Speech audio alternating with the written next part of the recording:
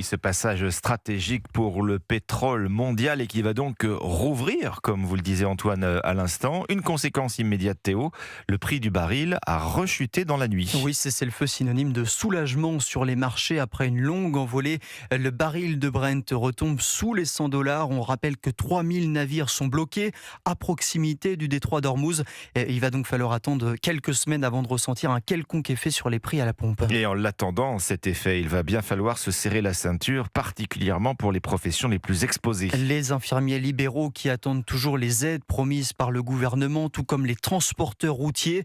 Avec cette flambée des prix des carburants, c'est bien l'avenir du secteur qui est compromis, comme l'explique ce chef d'entreprise rencontré en Occitanie par le correspondant d'Europe 1, Charles Lullier.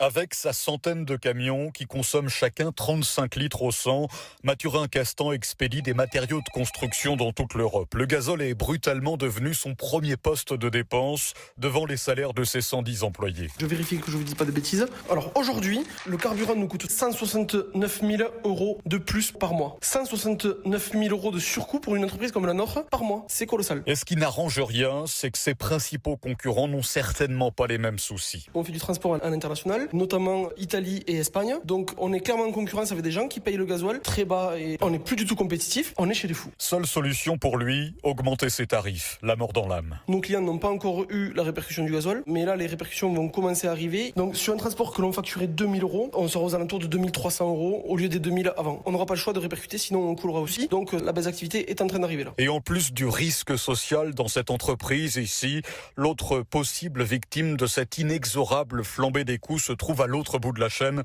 et c'est le consommateur. Castres, Charles Lhuillier.